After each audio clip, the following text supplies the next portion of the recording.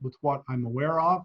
Also, it's a time for you to share what's going on across our two districts. And so I have met with the MAC leaders yesterday. Last night, the DAB met. We did vote on a couple of things that are crucial that will be coming our way and all of that. Let me just start off this morning with a quick devotional thought. You probably already had devotions. I've been in 1 Corinthians chapter 9 this morning.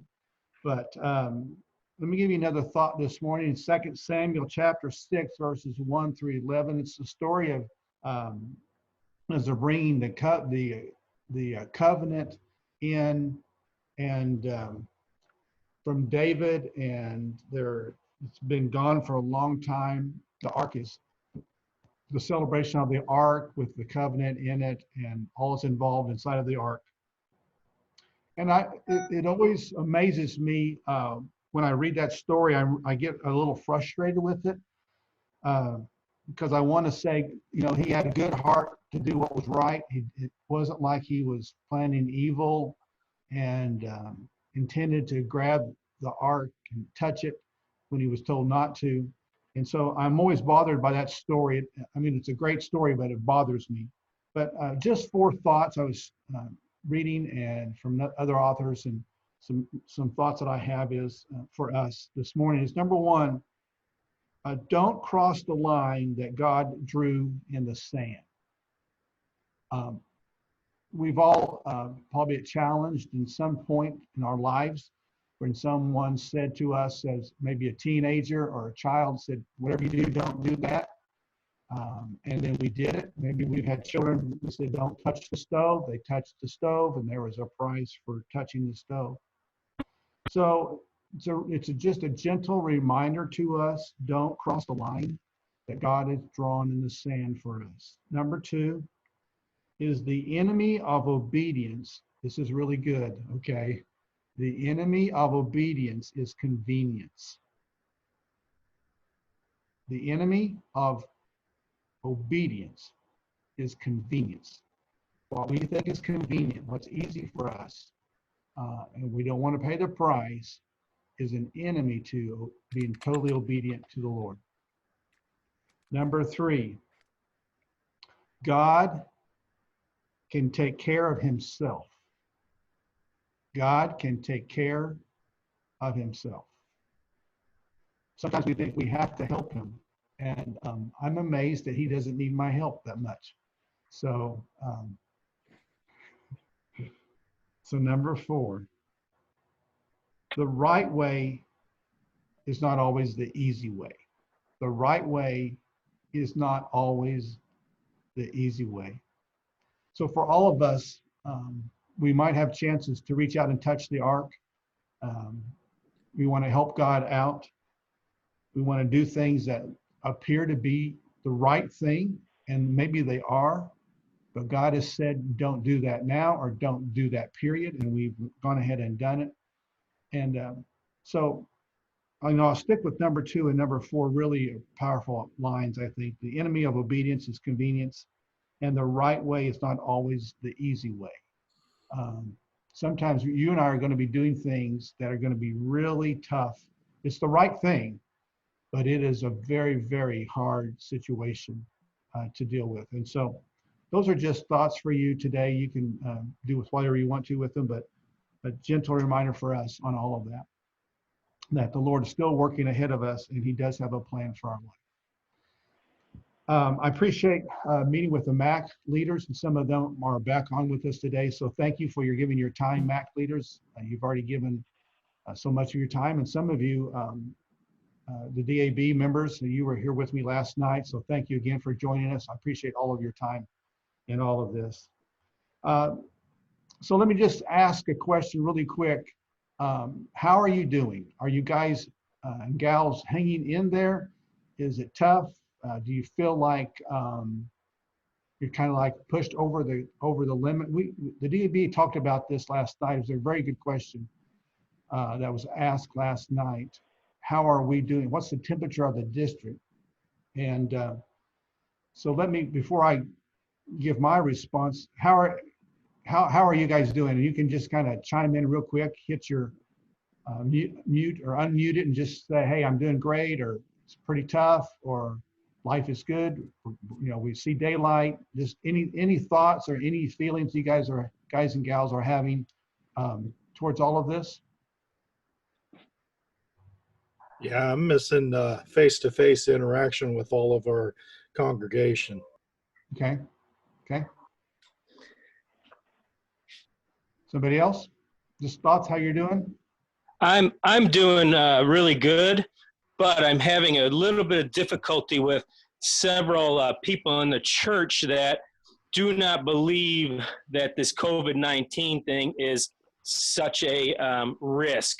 Right. And that is very hard, because being in the fire service and knowing how many people have died in New York, and knowing nurses and knowing people, yes, we're blessed where we live that we don't see the magnitude of it, but it's still a very deadly disease. And I got, people that are just like, well, we shouldn't have to worry about this or that, because as I'm trying to implement, staying apart and maybe having a service outside, doing things like that, it's almost like they don't want to have faith in what I'm trying to do.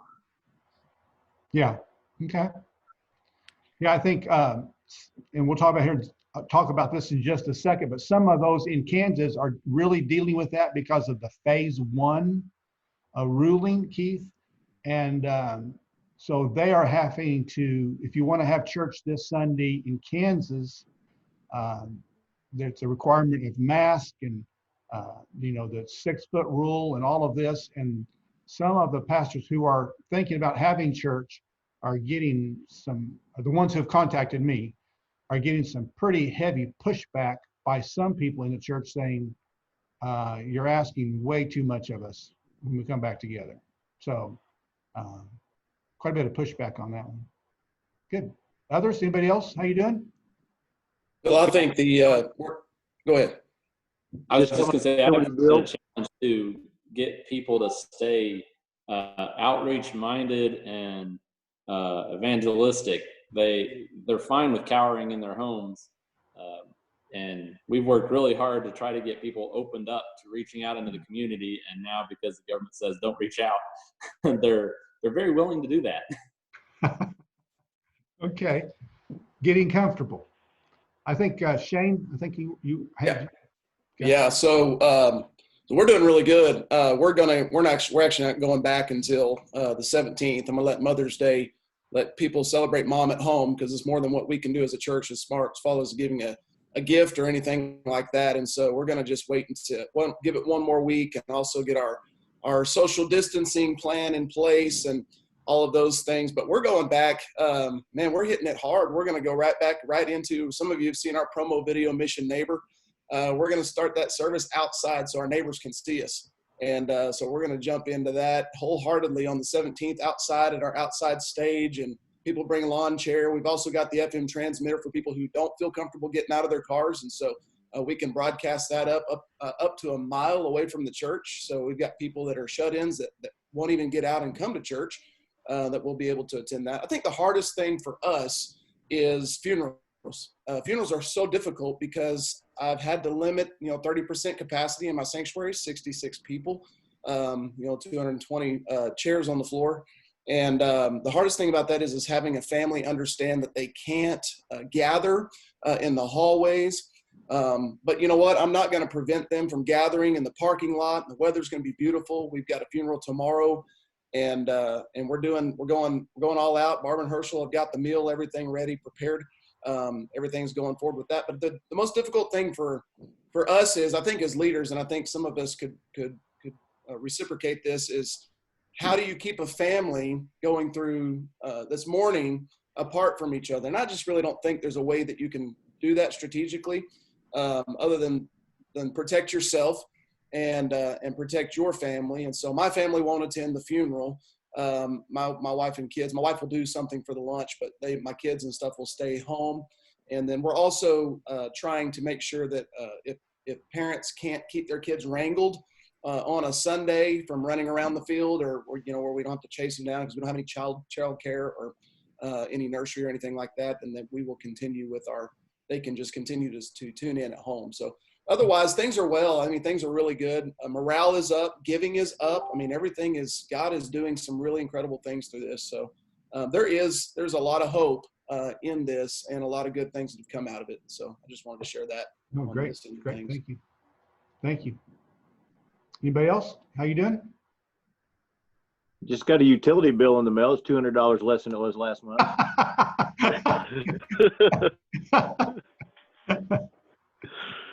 That's great. All right, anybody else? That's fun. I think it kind of creates opportunities as well as challenges, but overall, I think good. Okay. All right. All right. Well, let me talk a little bit about where we're at. I'll explain a little bit of what I've done to the DAB and to the MAC leaders, so everybody will all be on the same page. Because our district spans two states, there's been a conversation among DSs, should there be what we've entitled a hard start and soft start. In other words, a hard start would be we're going back full speed, we're going in the building, it's Katie bar the door, everything's going. The soft start would be we're gonna slowly go into it. It's going to be a little bit per Sunday, all kinds of regulations, doing all that. In Kansas, they have a 4-step phase program that they are having to regulate by, and so May 18th for them is 30 people. June the 1st is 90. June the 15th they open up the doors totally in Kansas. And some of our Kansas pastors are really struggling with what should I do? Should I wait? Should I go ahead and start now? If I start now, do I have to do 2 services? What size church we are will depend on that. The larger churches, I think both in Missouri and Kansas have really having a tough time with all of this because their numbers are so much larger. It does appear that a small church has a huge advantage right now over the larger churches. They're within those numbers and they can go ahead and meet, or we've got some that are going to be doing 2 services, so they can split the numbers, and you can get your people into the sanctuary fairly easily if you're working 2 services. In Missouri, you guys are, it appears there are several of you who are getting ready to have a Mother's Day service in Missouri. I know that we talked last night, we have some churches that are already moving tables in to the sanctuary. So they're setting in family tables. Some have moved chairs out of the sanctuary. So they're setting in sections, 5 and 6 in a group, and then there's a space front and back, sideways. Several are doing all kinds of ideas along that line. Some of you have been talking about, okay, if we would have a service inside, could we also transmit outside? And I would think that would be a wise thing. You're going to have your older people who are not, they're going to be nervous about coming in. And so that might be a win for them. I know Neodesha, they're going to try both in Kansas. They're going to try have people in the sanctuary, and then they're going to transmit. They have found out that by transmitting, it's much like I don't know if it was Shane that said that or somebody else that said they were transmitting a mile. They found out that their transmitters are sending the signal farther than what they thought. And they last week they had Neodesha. We had Jay Reed there filling in because the pastor now is gone. They had it covered the entire town. And they had people who have never gone to church, listened to the entire service. They had people who had not been in their church for years, listened to the entire service and responded. And so what we're seeing is things that we thought would never happen are happening with people who are either going online, Facebook Live and watching, or they're watching or listening by the transmitter, or however they're getting that information. People are listening to all of that. Now, Nathan shot me a message last night, and I think it's, let me mention it at this point. I think we have a pretty good flavor of what could happen. We have contacted and we've met people on Facebook that some of us feel like when we open up, we could have more people than we've ever had before. We certainly will have new people trying us out, it looks like.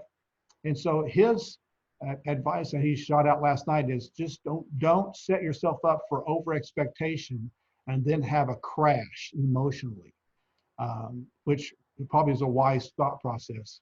So be careful that you don't set yourself up into the spot that when you come back and things don't go real smooth, that you don't get in doldrums and really have to pull yourself out of the tough times.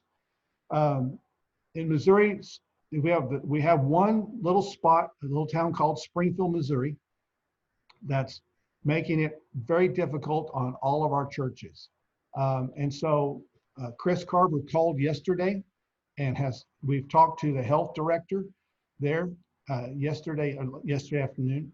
And for those of you who are in the Springfield area who are watching right now, they are giving us permission to broadcast in the parking lot and transmit in the parking lot, which is what they had not done up to yesterday. So if you're listening and if that's something that you want to try in the Springfield area where you've been so restricted, we have talked to the health director and we do have permission to do that in the Springfield area. So where they have restricted us in the past few weeks, they are now opening that up for a possibility for parking lot services and for transmitting service in your parking lot. If you need to clarify that with us, feel free to give the office a call, or you can call and talk to Chris Carver personally. Chris talked to him for quite a while yesterday. The conversation started out very tough because apparently our church, church leaders are calling him and chewing on him pretty good. And so he started off really defensively with Chris. And Chris said, "Hey, I'm not here to chew on you. I'm just here to ask a couple questions, and we just want to bless you and tell you thank you for your service." And immediately the whole conversation changed. So Chris can help you out if you have questions. If you're coming from the Springfield area, we want to try and help you out there. So there'll be a wide variance across the district. Some of you are going to have services this Sunday, and that'll be fine. And some of you have decided not to. And some of you, especially over in Kansas, some of the churches are saying we're waiting it out through the middle of June, which you can imagine it would be really tough for some, but they're not seeing how they can handle the crowd properly and not get into trouble. So as you think about it, just pray for each other, pray for our leaders, that they'll have wisdom in the decisions that they have to make. Just a reminder on your care money that you've received. If you receive care money, be careful how you are spending it. Make sure you're spending it the right ways.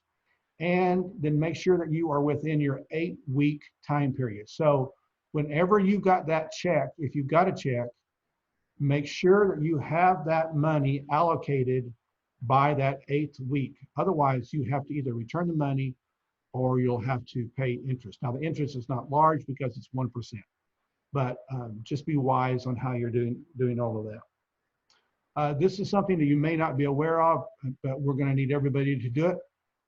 And that is, we need you to be tracking attendance. So as people come in, you have to know who is inside of your building or who is on your grounds.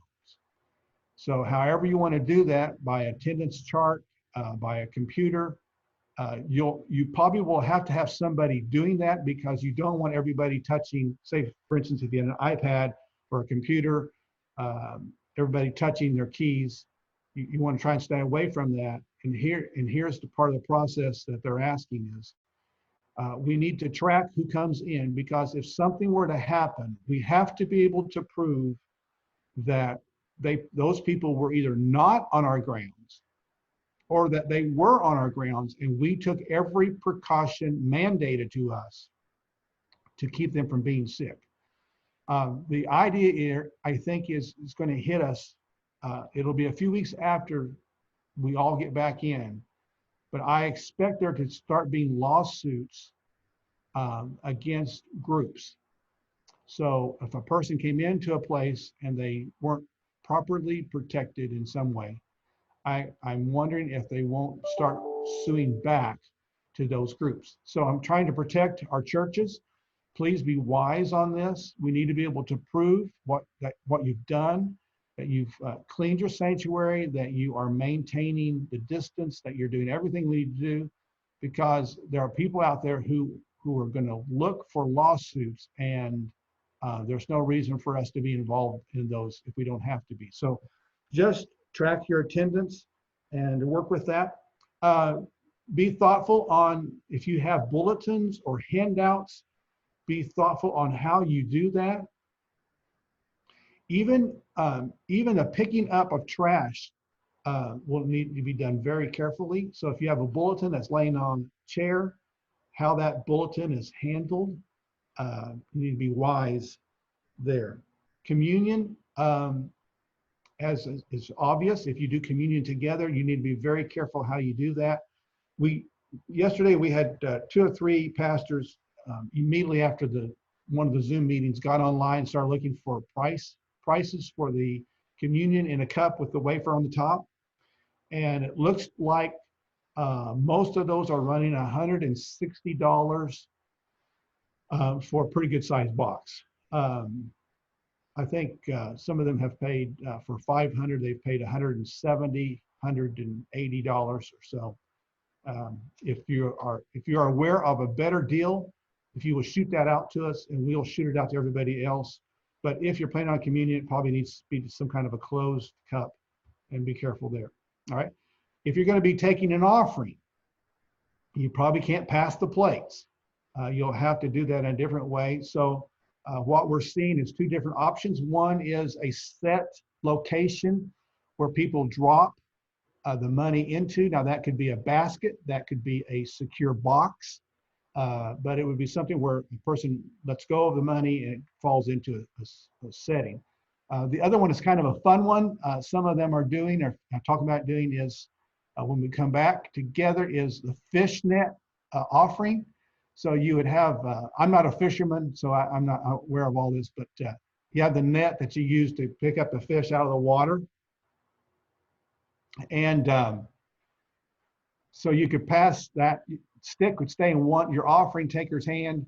You could pass the net down through, you could take your offering, and you could go fishing for money, I guess. And hopefully you'd get all kinds of coins out of the mouth of the fish this time, okay? So just some ideas there that people are using on all of that. The next issue is age group services. Some are talking about, with our age groups, they're pretty nervous about coming back. And we do recognize that people with asthma, so any kind of a chronic issue, are going to be really hesitant about walking back in. And so there has been some conversation about having a age level service, maybe a 60 or an older service that would be very carefully monitored, but would be just for those folks if they wanted to come in. So you could have an age group service like that early, and then you could have, the other service where kids and teens are in the service in a second service setting that might be a little wilder, but it would be, it might not be as safe for the older folks or chronic people who have issues. So some options there for us. One thing we are seeing is that almost all the churches are saying the children and the teens, we are not doing independent ministries. We can't control those kids if they were going into in another setting. And so we're seeing that across the board, that those services will be governed by children's setting with the parents, also teens, and then controlling those kids. during and after and before the service. So that's something you'll have to face. If I walk in, I've got 4 kids and my 4 kids have been confined and they see 4 of their buddies about 20 feet away, I'm going to guess they're going to be really tempted to go and tackle somebody and go play. And that won't work well in this setting. So you're going to have to think ahead on once they hit the grounds, parents are going to have to stay in contact with those kids. They can't let them meander around on the site. And then if I have any zone leaders, MAC leaders here, feel free to have zone Zoom meetings. We want you to feel comfortable doing that. Some of you are already doing some of that, and that would be great. Okay, now I've opened up a lot of cans there. Hopefully no worms, but some cans. And so do you have questions or comments that you want to throw back now that we need to dialogue about, or anything to clarify on kind of where we're at and what's going on? Just real quick, this is Todd. I just wanted to, there's no requirement for, that I'm aware of in Kansas, is that correct, that you're aware of, about having to take attendance in the service? Actually, neither states are mandating that. What we've talked about as when the DSs were together last week, and we'll be with the GS here in just a few hours, is that we're trying to protect ourselves, and we feel like the best way we can do that is to know who was there and who was not. So for instance, if I say I was at your service and I got sick, we need to be able to prove that you weren't. And so if we've taken attendance, we can say they were not here in our service. That they got sick, they didn't come from us. It's just a protection process. That's a good question, Todd. Well, the reason I was asking is I saw that, you know, I don't know how much of it's true or not, but there's this big controversy with the mayor of one of the Missouri cities. I don't know if it's Kansas City, that, you know, that they're trying to say he's going to create so that's not related to that. That is strictly just what we're doing in the Church of the Nazarene.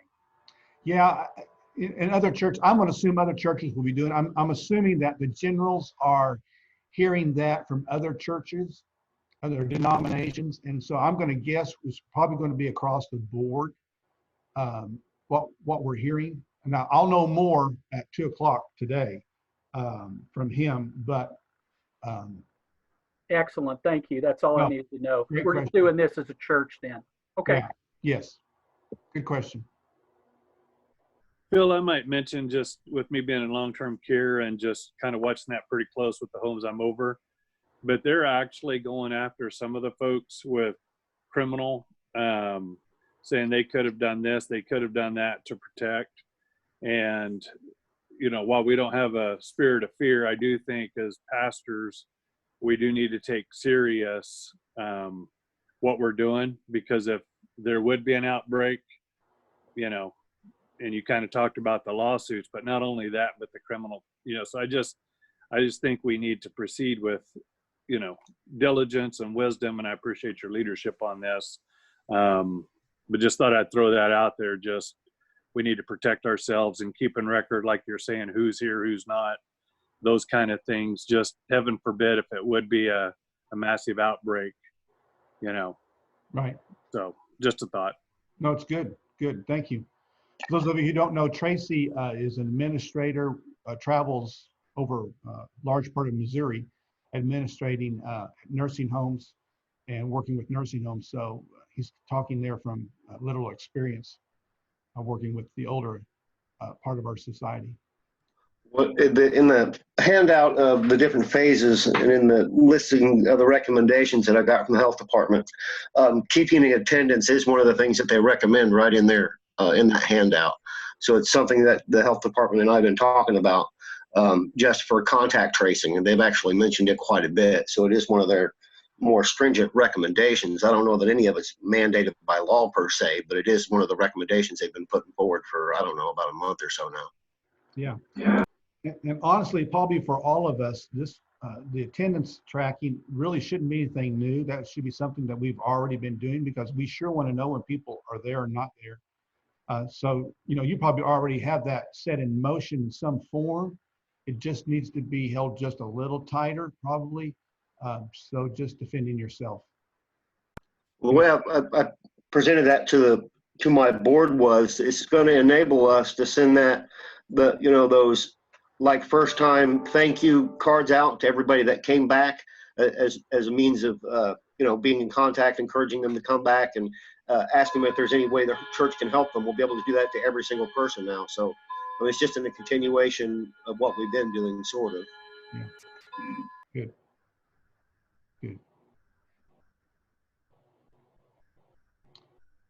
Bill, can I just say something? Yes, please. The Holy Spirit just speaking to me, none of this should surprise us at all. Scripture is very clear on this, that we will see days like this. And I'm just reading the comments in the side, and I do believe that we don't throw caution to the wind, but I believe we celebrate these days because the church is going to be persecuted, but God is still going to get the glory. Mm-hmm. And we have to be very mindful of that. And 2 Corinthians 3:18 says, we, with unveiled faces, reflect the glory of God.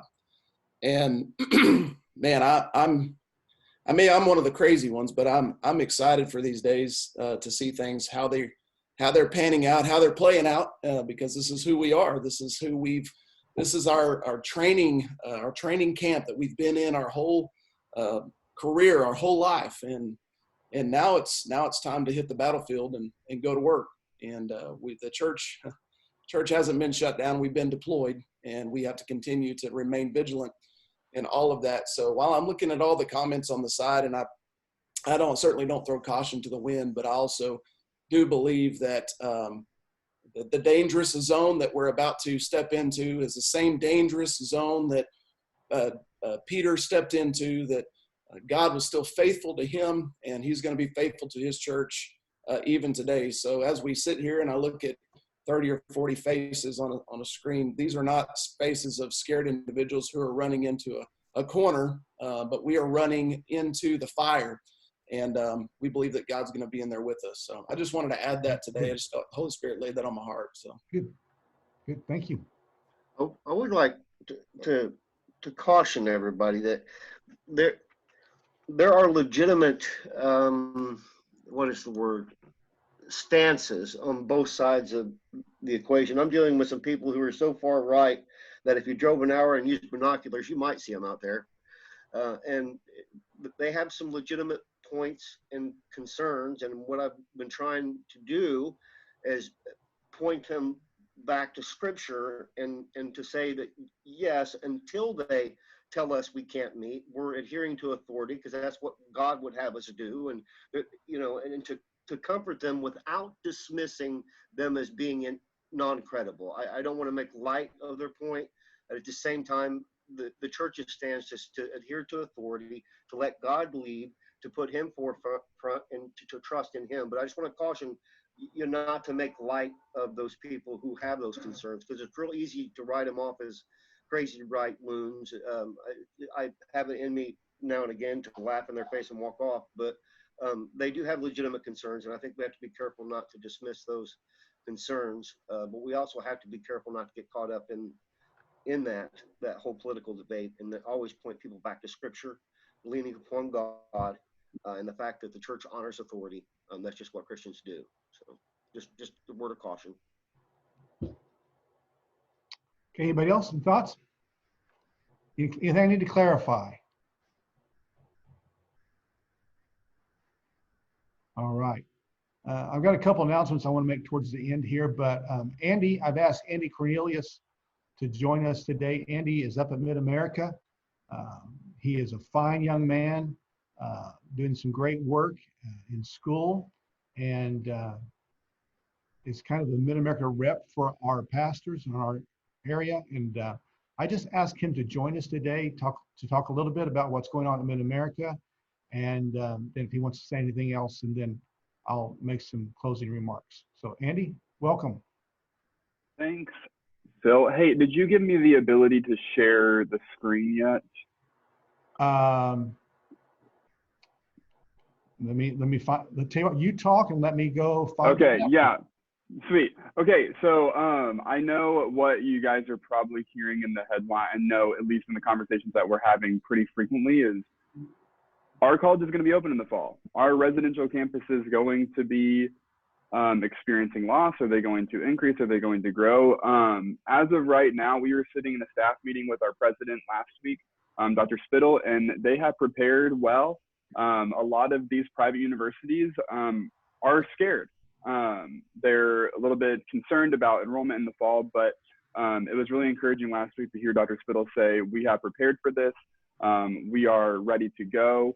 And as far as we know, we are going to be open in the fall. We are still pushing students to be there in the fall. We are also heavily monitoring the government. Johnson County especially has been hit pretty hard. One of the hardest hit states or counties in Kansas. And so we are also following those authorities. But right now, we are still planning to be open here come August. There's a lot of big things happening. This last weekend was supposed to be commencement. And that unfortunately had to be pushed back to August. But in replace of that, we had a giving campaign that took place over the weekend. We raised over $71,000 in 3 days with 141 donors. That's incredible, right? In the middle of a pandemic, us being able to raise $71,000 over 1 weekend has been really cool to see that happen. And then they're pushing commencement back to August. And with that, the new groundbreaking for the new campus center, which you guys have already heard about, probably is still planning to happen. And so, yes, we are concerned and we are preparing, but we're also excited for what God is going to continue to do through Mid-America. Our numbers are up. I know Phil was just sitting in the Board of Trustees meeting last week. All of our executives were up. Our enrollment numbers are looking great, which is really encouraging. I know I was just talking with one of my friends that works at KU, and they're down about 20% right now in applicants. And so we are making full progress ahead. Like I said, there is something unique about being a small university. We get to create personal relationships with all the students that come through our door. And so my day looks like this in front of high school students. I get to talk with them, talk with their families about what's going on. And so be hopeful that Mid-America is still reaching your students, that we are still planning to be open, and that we are just really excited to continue to move forward.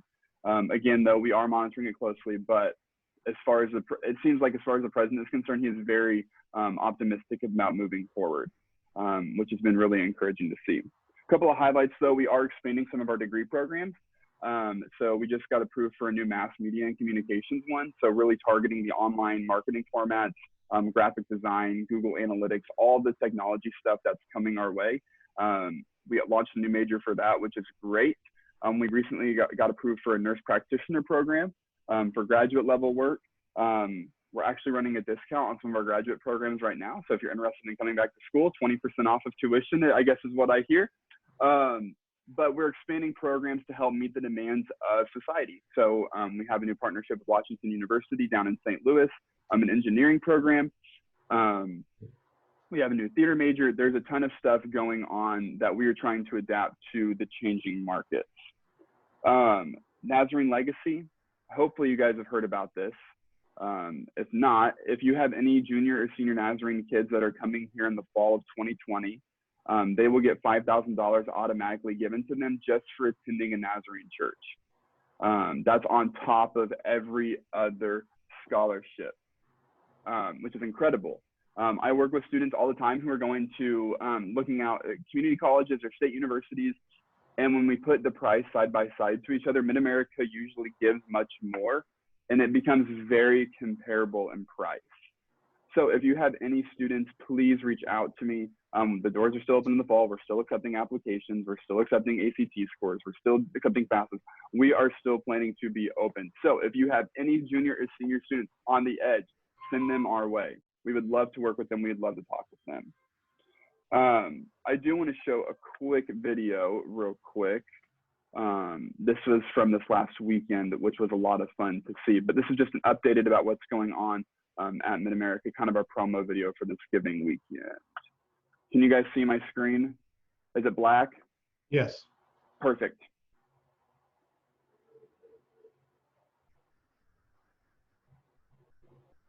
Whoa.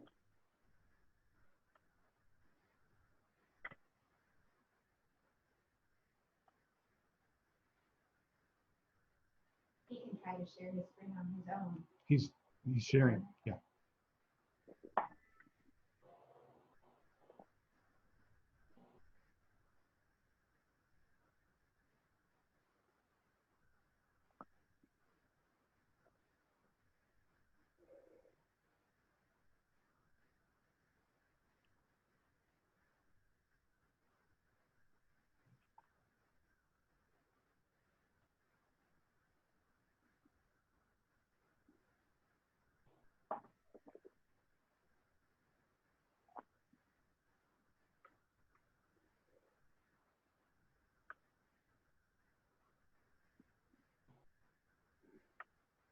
So as I was saying, that was our promo video for this last weekend with the amount of money that was raised, $71,000, which is really incredible to see. But I want to pull this up real quick. These are the most recent statistics that I have pulled from our academic programs. Can you guys see the academics in the new slide before I start rambling?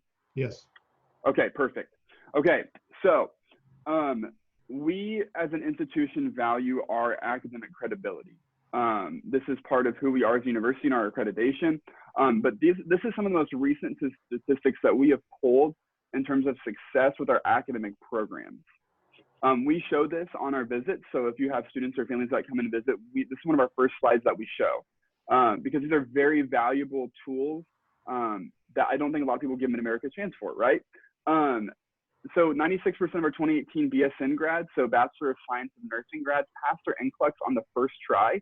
If you guys know anything about the nursing exam, it is not the easiest exam in the world. It takes a lot of time and energy and effort. The national average is 88% of pass on the first try, and the state average is 90%. Our nursing program is our largest program, and so we do prepare our nurses really well. All of my nursing friends that graduated had jobs before they graduated, right? All of my nursing friends had jobs, which is really great. I want to focus here on the 100% of 2015, 2018 pre-professional grads who applied to graduate school were accepted. When we say pre-professional, that's pre-med, pre-law, pre-dentistry, pre-chiropractic, all of those pre's, 100% of them got into graduate school.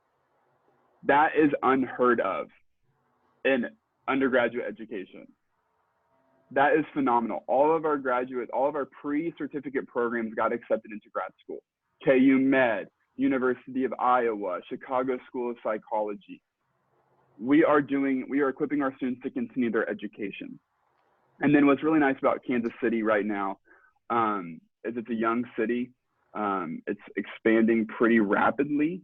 And so a lot of that is new startups, new business startups, new connections that Mid-America has within the Olathe community. And so most of our programs do require an internship to graduate. And so our students aren't just going out and just trying to figure out what in the world they're going to do, but they actually get hands-on experience while they're pursuing their educational experience. We're also moving to a 4-day class week. And so students in Mid-America will only be in the classroom for 4 days as of the fall semester. So all of them are really excited about that. But that one day of the week where they're not in class, they're going to be doing experiential learning activities. That could be like interning in a church.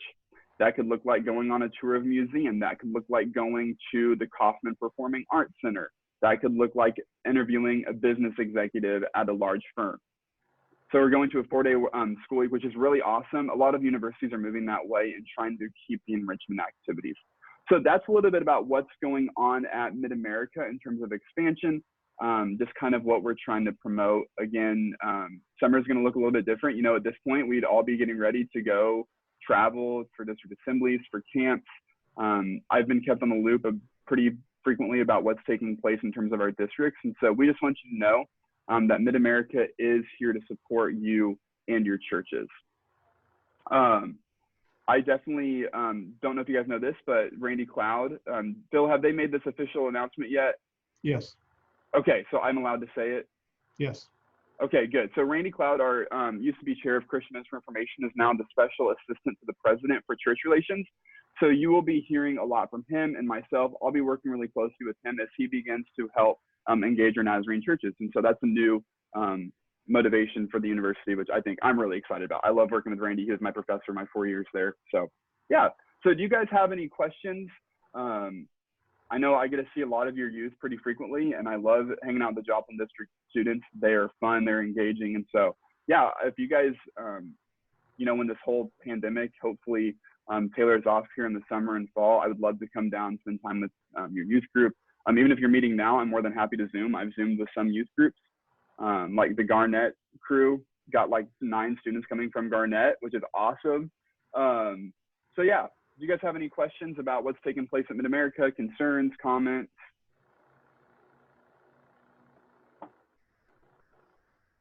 Everybody good?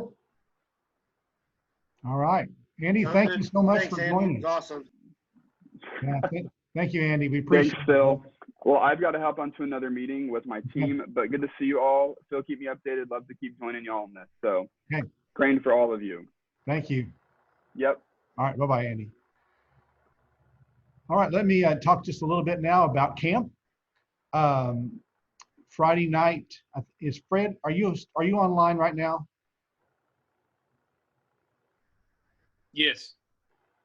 Okay. Fred had an NY council meeting Friday and night and announced that we are going full speed into camps this summer. We are not having camp. All right. We will have all 3 camps this summer, and Stone County, where the camp is at, actually released most of the activities as of yesterday. And so they are actually in Stone County having summer school at their school. So we're excited about that. Send your kids, line them up, and let's fill that campground with great kids. Rick is working hard. We'll have it cleaned. We'll have security. We'll have, a deal where we'll monitor things, but we're going to be in great shape. Rick is ahead of the ballgame on this. And so I'm excited about this. I know Fred is, as we talked Friday night at the Illinois Council meeting. And Fred, you want to say anything about that right now? Yeah, at camps, yeah, it's been a long process, but we are confident that we got things going the right direction. Rick's excited, the new building, new process put in place, not only with the camps being on our NY training day and convention service May 30th in Carthage will happen. We've talked with Dustin, and we've got everything set up through Taryn and Sarah there. And then our district NY mission trip in July, we've got the okay to go ahead and do that trip in Indianapolis. So Shepherd's community is looking forward to us being there. So there's 38 from about 6 churches that will be there. So yeah, we have a Zoom meeting tonight at 7 o'clock when Phil's done with the 6 o'clock meeting to talk all about that. But the one thing about camp I do want to share with you, since I have the opportunity now, is we know that the last 8 weeks has been hard on everybody, not only physically, mentally, spiritually, financially. And so what we put together is we have put together a payment extension policy. There's a form that you can fill out, and what we're going to do is we're asking for registrations for camp. We've delayed those to where you can actually sign up till the day before camp. Just keep in communication with us. But we're only going to require that they pay half of their cost the day camp starts. And then when the day camp ends, then they will have 60 days to pay the remainder of the camp cost. We know it's difficult, and there's a lot of liability on the line as far as trying to raise money after an event has happened.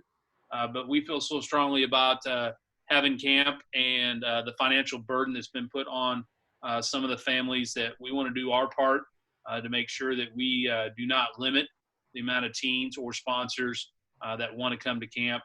We do not want to miss on an opportunity where God can transform a life. So we want to do what we can financially. Just so you know, that form will need to be signed by the youth leader, by the senior pastor, and then I will initial it before I give it to the treasurer.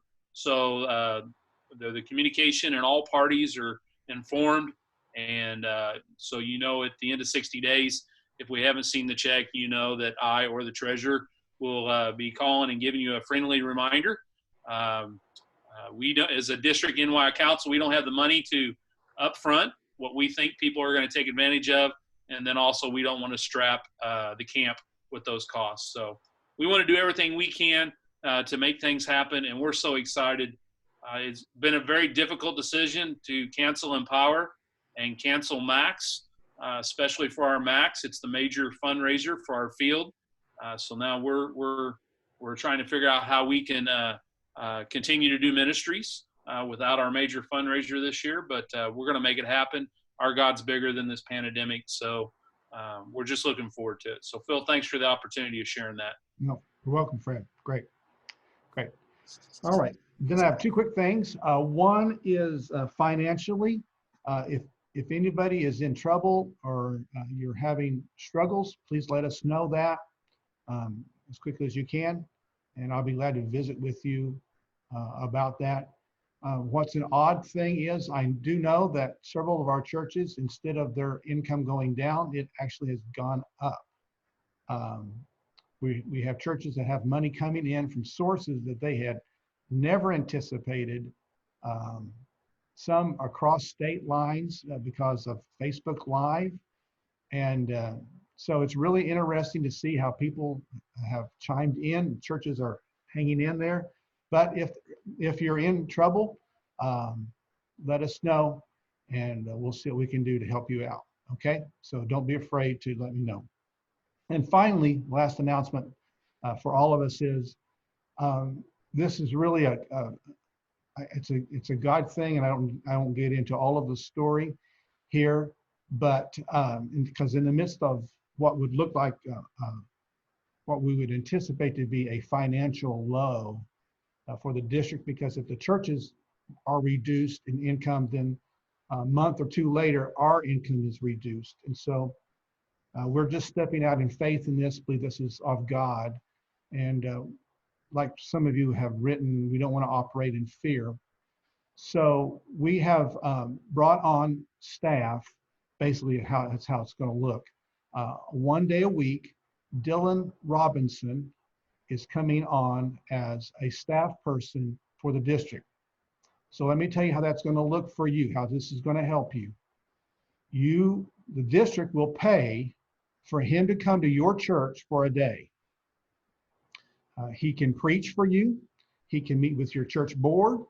He can meet with your staff. He can meet with whoever you want, your youth. He could speak at your school, and then that night speak at your church. There's all kinds of options. We've created 4 options for you to pick from. And so the district will pay for him to come to your church, your town, and help you out. So we don't want you to be afraid of this, okay? He is here to help you, and he will do a great job in doing that. Now, if you hire him or you bring him on, we'll pay for that day and travel and so on. But if you would like for him to stay for a revival, then that will be up to you. And so we'll have a contract that will be online, and you'll fill it out. And so there's no misunderstandings. We don't want anybody to get any hurt feelings because that's not what this is about. So you'll be able to go online, sign up for having him come. We'll pay for that day. And then if you need him to stay for a revival, following that, we're going to ask you to take care of him in that. Now, you don't call the office here to schedule him, okay? What we're going to do is in about 2 weeks, we'll have this all fine-tuned out, and you'll be able to go online and schedule him for your church, all right? There'll be paperwork to fill out, and you'll schedule that. If you would like to get ahead of the game, which I understand some of you would probably want to do that, you can call him directly and get on the schedule now and ask him to come to your church, your setting, and help you out. So it doesn't matter what size church you are, large or small, you can have him come and help you out in many, many ways, and he'll be able to do that, all right? So it's kind of exciting to announce that. As you know, he has accepted the call into evangelism, and we think this is kind of a dual role. Feel like God has opened doors for this to happen, and we're excited about that. Any questions on any of that we've just announced? Anything I need to clarify for anybody? I have a quick question. Yes. Now, for Fred or for either of you, Fred, when you were talking about the youth camps, you're just talking about NYI youth and teens, right? Not Yes, children's yes, camps. I am talking. Correct. I'm not talking about children. It'd be only NYI aged camps. Yes. Okay. I think, Do Allison, we I know think, anything about children's camp? I think I saw Dustin come in late, but I think was online. Dustin, are you there? Dustin, are you there? Oh, Okay. I saw him come in earlier, but maybe Yeah, not. I know he came in late and I don't, anyway, He's had So some I- funerals. He's had some funerals today, and so he's probably in and out. So okay. At this point, I do not know that they have canceled. Okay, so I'm going to slide to the positive because Faith is on the council. She just showed up. Faith? Perfect timing. Right, I've been listening. The word is that we're waiting on Camp Sayokomo. So they have, for June, they have canceled. So we're waiting to hear about July. Okay. Their decision may be to just do a day camp where kids can just come in for the day and leave. So then that means we'll have to kind of plan and see what that looks like. But right now we're on hold. We're waiting on the camp to let us know. I do know that they did have conversations about what a virtual camp would look like. So if children's camp is canceled because we can't get into the campground, they would provide resources, the council or whoever would provide resources to children's pastors or children's directors to have their own camp, at their church or virtual camp. So there'll be a plan B for sure. Thank you. Yep. Good question. Thank you, Allison. All right, anything else that you need to ask or clarify? Phil, can you hear me? Yes, I can. Okay, I was trying to get in earlier, but my phone wasn't working right. Deepwater, we're planning on having service this Sunday, and we fall in the group of a smaller group, but more room in our sanctuary so we can spread out.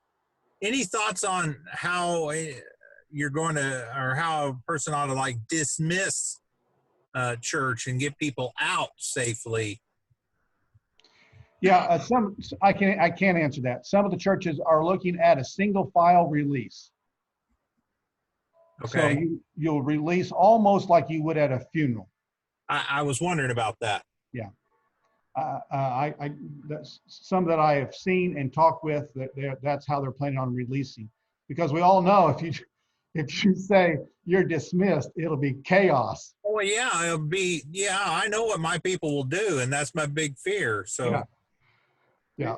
In Buffalo, we plan on dismissing the back half out one door in a single file, the front half out another door, and we have ushers that'll lead both of those. But it'll be single file, like you said, but we're dismissing half and half out separate doors so we can avoid some of that. Well, that's a good idea, and I never thought. We do have a front side door out our sanctuary. Could send some out that door. Yeah. Good. Thank you, Phil. No, you're welcome. Thank you, Brian. All right, anybody else? Any questions? Anything I need to clarify?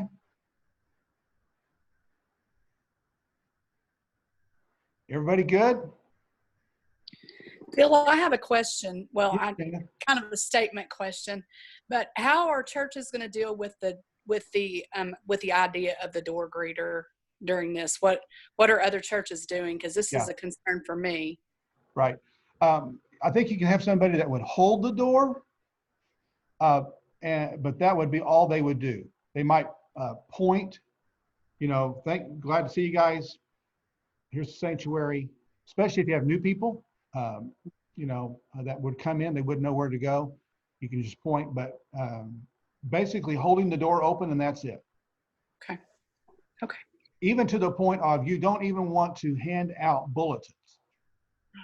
They're going to have to be in a tray or something where people can pick them up individually without somebody handing them to them. Okay. All right. Thank you. That might be a glove situation, you know, there at the front door, or even mask, however people are comfortable. You know, in Missouri, the hair salons and some restaurants opened up yesterday. The lady that cuts my hair, she is booked 3 weeks solid already. So you have a lot of that, but they're restricted by mask, but not by hands, which is really interesting. So there are some of that going on. Okay, thank you. We have our greeter making sure that everybody has a mask, providing those masks as everybody's coming in, but not handing out anything, but just pointing to where the masks are. And what we've done is we've laid out where we would normally have some stuff on our table, masks that are set apart, so not everybody's grabbing the same box even. So please grab a mask kind of thing. That's what his job's going to be, is just to remind everybody to put on a mask and point to where the bulletins in those masks are going to be. Yeah. Good. Hey, Phil, are you all right? I've thrown you under the bus like 100 times. Like, well, no, Phil's saying this is what we ought to do, so we're going to go with it. It's his fault. Call him. Are you all right with that? You know, my feet have been hurting me here recently really badly, and I think it's because they get run over here recently. But other than that, I'm okay. I got hit in the shoulder the other day, and I didn't know what it was, but now I know what it was. It was that bus passing right through. All right. Anybody else? All right. Hey, thanks for joining us. I've been trying to keep it to an hour, so thank you so much. Great conversation. Gary, are you still on? Gary Swearigan? Are you still on? Okay, there you are. Yep, I'm here. All right. Gary's part of the DAB, been a great pastor for many years, loves the Lord. And Gary, why don't you pray God's benediction over us as we depart from our computers here in a little bit. Father, we're indeed grateful for who you are. We're thankful for all that you have done in our lives. And our goal is to honor you and to carry the message, even in the midst of challenge. We know, Lord, that, and we don't necessarily feel like we're under persecution yet, but we know that the church has flourished in the midst of challenge, and no one's ever been able to stop the message from getting out. And so, Father, we just want to do everything we possibly can to rightly represent you to our communities. We don't want to be seen as rebellious or resistant, and at the same time, we want to be totally obedient to you and your word. And so, Lord, help us to be able to navigate what that looks like as we work together as a district, but we all have to deal with individual criteria that's being issued from different government entities and different authorities. Lord, give us wisdom. Most of all, give us a message, and help us, Lord, to communicate that as much as we can with the resources we have. May we continue to reach out to our neighbors and touch human need and hearts. And Lord, may you be lifted up so that you can draw all men and women and boys and girls into yourself. Bless our district leadership. We love them and appreciate them. We pray just continue to help all the leaders in all the respective areas as we try to figure out how quickly we can get back together and worship you and plan to have an impact on our communities. And we give you praise in Jesus' name. Amen. Amen. All right. Everybody be blessed. Have a great day. If I can do anything for you, you let me know. And we trust God's grace is upon you. All right. Blessings.